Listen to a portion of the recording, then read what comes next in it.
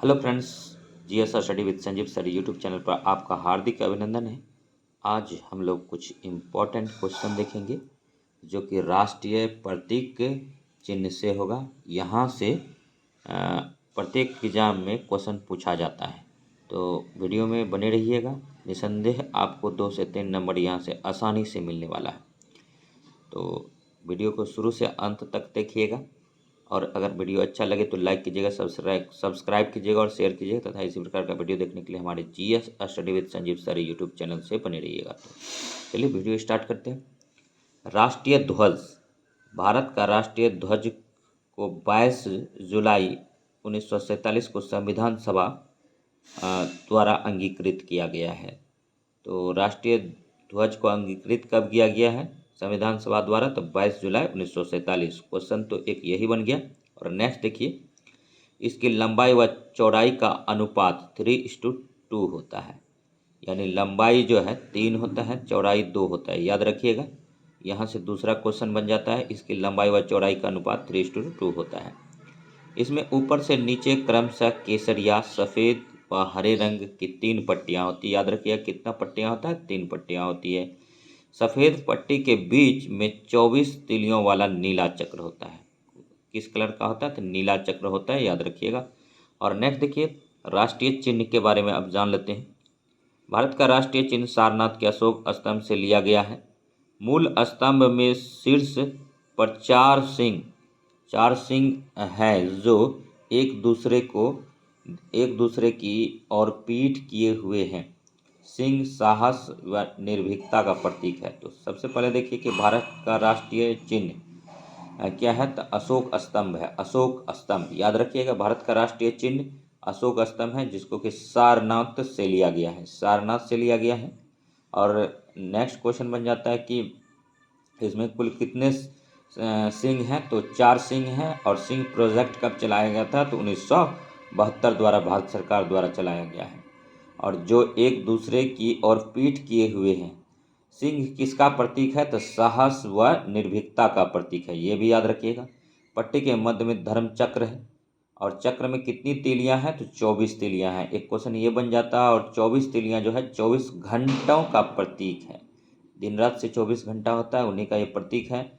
और भारत सरकार ने अशोक स्तंभ को राष्ट्रीय चिन्ह के रूप में कब अपनाया है? तो 26 जनवरी 1950 को अपनाया है, याद रखिएगा, ये डेट अति महत्वपूर्ण है। और फलक के नीचे मुंडोपनिषद का सूत्रवाक्य सत्यमेव जयते देवनागरी लिपि में अंकित है, जिसका अर्थ होता है सत्य की ही विजय होती है। तो अब देखिए कि सत्यमेव जयते कहाँ से लिया गया है? तो मुंडोपनिषद से लिया गया है। और ये सत्यमेव जयते किस लिपि में लिखा गया है? तो देवनागरी लिपि में लिखा जाता है, क्योंकि हिंदी जो है देवनागरी लिपि में लिखा जाता है।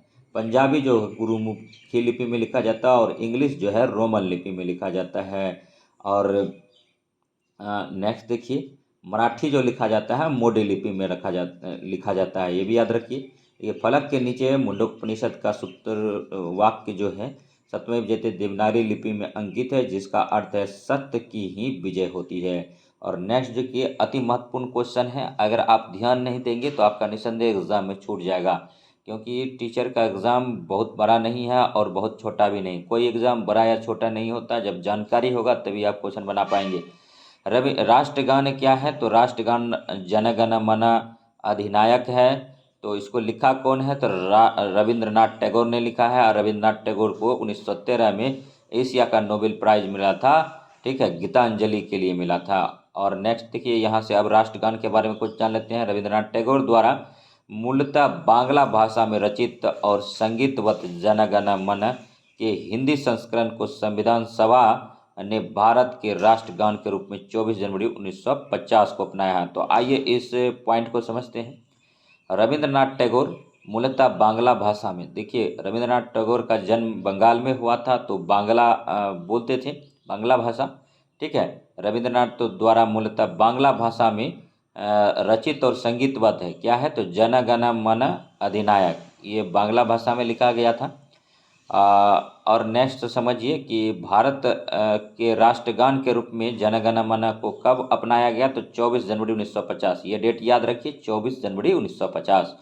और नेक्स्ट इसका पॉइंट है कि यह सर्वप्रथम 27 दिसंबर 1911, याद रखिए 27 दिसंबर 1911 को भारतीय राष्ट्रीय कांग्रेस के किस अधिवेशन में, तो 26वें अधिवेशन जो कि कलकत्ता में हुआ था, इसमें उसमें गाया गया था। और राष्ट्रीय गान के गायन की अवधि लगभग कितना है, तो 52 सेकेंड है। तो एक बात और कहेंगे कि 27 दिसंबर 1911 को जो कलकत्ता में भारतीय राष्ट्रीय कांग्रेस का मतलब सेशन हुआ था, तो उसमें आप लोग अब कमेंट कीजिए कि उसका अध्यक्ष कौन था।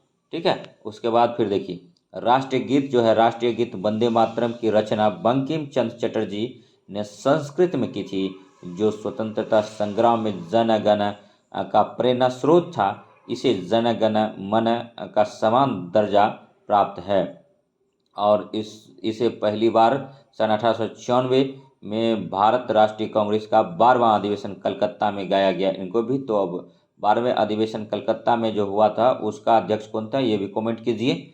उसके बाद देखिए राष्ट्रीय पंचांग के बारे में आते हैं। राष्ट्रीय पंचांग जो है, भारत का राष्ट्रीय पंचांग गिगोरियन कैलेंडर है, गिगोरियन कैलेंडर है। और ग्रीगेरियन कैलेंडर के साथ साथ देश भर के लिए शक संवत पर आधारित एक रूप राष्ट्रीय पंचांग भी है, जिसका पहला महीना चैत होता है। पहला महीना याद रखिएगा कौन सा होता है, चैत होता है, चैत। और ऐसे तो पहला महीना अंग्रेजी का जनवरी होता है, लेकिन उसका पहला महीना चैत होता है, याद रखिएगा। चैत बैसाख जेठ अखाड़ सावन भादो आश्विन कार्तिक जो होता है, तो पहला महीना क्या हो जाता है, चैत हो जाता है। और सामान्य वर्ष 365 दिन का होता है और लीप ईयर में 366 दिन होता है, ये भी याद रखिएगा, बेसिक चीज़ है। और राष्ट्रीय पशु जो है, राष्ट्रीय पशु बाघ यानी पैंथरा भारत का राष्ट्रीय पशु है और जिसे अपनी शालीनता, दृढ़ता, फुर्ती और अपार शक्ति के लिए राष्ट्रीय पशु कहलाने का गौरव हासिल है। और तो बाघ से याद आया, ठीक है, टाइगर प्रोजेक्ट इंडिया कब से स्टार्ट किया था, 1973 से किया है, 1973 से किया है। और वर्तमान में टाइगर प्रोजेक्ट कितना है, 53 है या 54 है, कमेंट कीजिए। ठीक है, यहाँ से भी क्वेश्चन पूछा जाता है। और 29 जुलाई को जो है बाघ दिवस के रूप में मनाते हैं। और विजय सांखला को या कैलाश सांखला को जो है टाइगर मैन ऑफ इंडिया बोला जाता है, तो ये भी याद रखेंगे। और नेक्स्ट जो है देखिए कि राष्ट्रीय पशु किसको बोलते हैं, तो बाघ को बोलते हैं। और राष्ट्रीय पक्षी किसको बोलते हैं, तो भारतीय मयूर यानी इसका साइंटिफिक नेम पोबोक्रेटस है, भारत का राष्ट्रीय पक्षी है। इसके मतलब पंख पर जो है पैसा की आकृति बना हुआ है, तो कहा जाता है जिसके दुम पर पैसा, सीटेट में पढ़े होंगे, तो ये भी याद रखिएगा। राष्ट्रीय पक्षी क्या है भारत का, तो मयूर है। इसका साइंटिफिक नेम क्या है, तो पोबोक्रेटस है।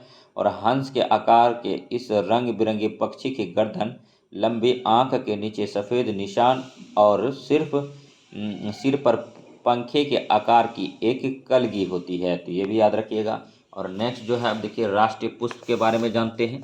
ठीक है, भारत का राष्ट्रीय पुष्प जो है कमल है, याद रखिएगा। कमल जो है नीलुम्बो न्यूसिफेरा और गर्त है, भारत का राष्ट्रीय पशु है। तो भारत का राष्ट्रीय पशु भारत का राष्ट्रीय पुष्प क्या है, तो कमल है। यह एक पवित्र पुष्प है और भारतीय कला और पौराणिक साहित्य में इसका महत्वपूर्ण स्थान है। हरियाणा, जम्मू कश्मीर व कर्नाटक का भी राजकीय पुष्प कमल है, याद रखिएगा। और कमल का जो साइंटिफिक नेम है नीलम्बो और न्यूसिफेरा है, याद रखिएगा। और हरियाणा, जम्मू कश्मीर व कर्नाटक का भी ये राजकीय पुष्प कमल है। और नेक्स्ट जो है कि राष्ट्रीय वृक्ष कौन सा है, भारत का राष्ट्रीय वृक्ष बरगद है, याद रखिए। राष्ट्रीय वृक्ष जो है बरगद है। और फिकस बेंगलेनिसिस नाम है इसका। और वृक्ष को भारत के राष्ट्रीय पक्षी वृक्ष के रूप में अपनाया गया है, जिसकी शाखाएं बड़े क्षेत्र में जड़ों की तरह प्रतिरोपित हो जाती है। वे जड़ें पुनः नई टहनियों एवं डालियों को जन्म देती है। अपनी इस विशिष्टता के कारण इसे अमर माना जाता है। नेक्स्ट देखिए राष्ट्रीय फल क्या है, तो आम मैग्नीफेरा इंडिका और उष्णकटिबंधीय देशों का सर्वाधिक महत्वपूर्ण फल है तथा इसकी खेती व्यापक पैमाने पर की जाती है। तो भारत का राष्ट्रीय फल क्या है? तो मैंगिफेरा इंडिका है, आम है।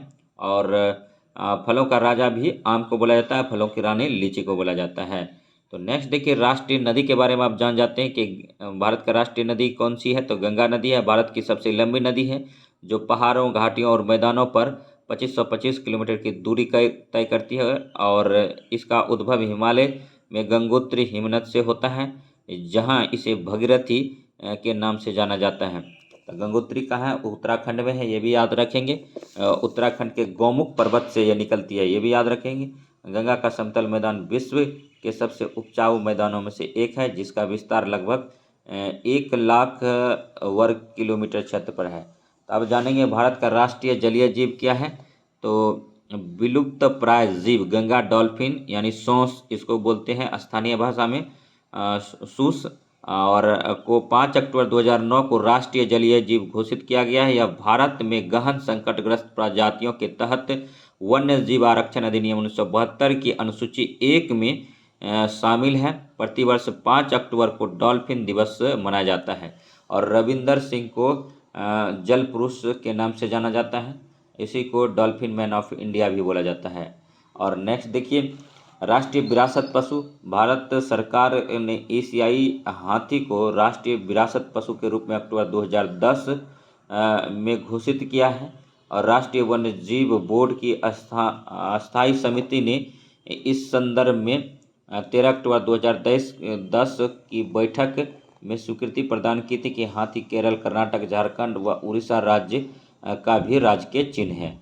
और नेक्स्ट देखिए, राष्ट्रीय खेल है तो हॉकी के जादूगर ध्यानचंद के जन्म पर 29 अगस्त को राष्ट्रीय खेल दिवस के रूप में मनाया जाता है। और सन 1925 में ग्वालियर में भारतीय हॉकी फेडरेशन बनाया गया तथा 1928 में भारत अंतर्राष्ट्रीय हॉकी फेडरेशन का पहला गैर यूरोपीय सदस्य था। नेक्स्ट अब राष्ट्रीय मुद्रा जानते हैं क्या है?